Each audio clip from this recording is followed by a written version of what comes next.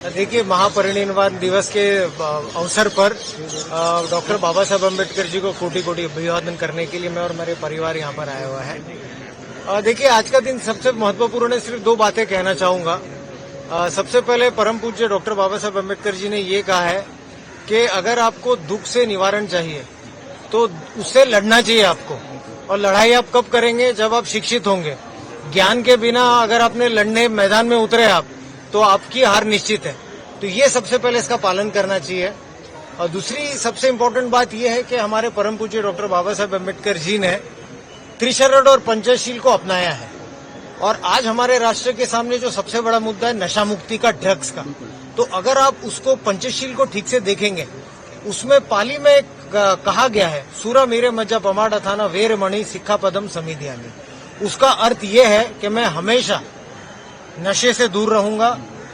मैं हमेशा नशे का पालन, नशे का सेवन बिल्कुल भी नहीं करूंगा। तो ये आज बहुत महत्वपूर्ण है हमारे लिए, आज के जीवन में, आज के 21वीं सेंचुरी में, जो हमारे परम पूज्य डॉक्टर बाबा साहब अम्बेडकर ने 1956 में बताया था। तो इसके लिए इन सिद्धांतों का पालन कीजिए। और मेरा तो जीवन इन सिद्धांतों को अभी प्रचार करने के लिए ही है और अंत तक करते रहूंगा।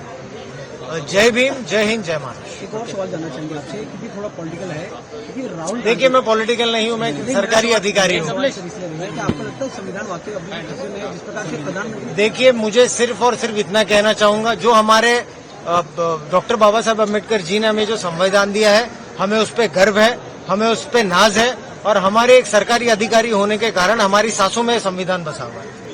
देखिए, आज भारत रत्न परम पूज्य डॉक्टर बाबा साहेब अम्बेडकर उनका महापरिनिर्वाण दिन है।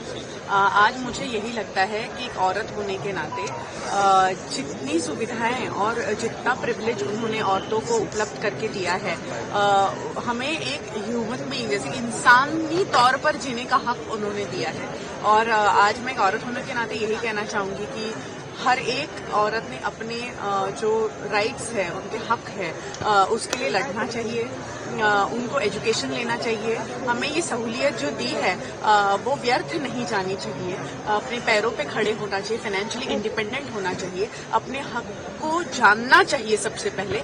और डे टू डे अपनी जो दैनंदिन जीवन है उसमें डॉक्टर बाबा साहेब अम्बेडकर इनकी जो सीख है उसका पालन निश्चित करना।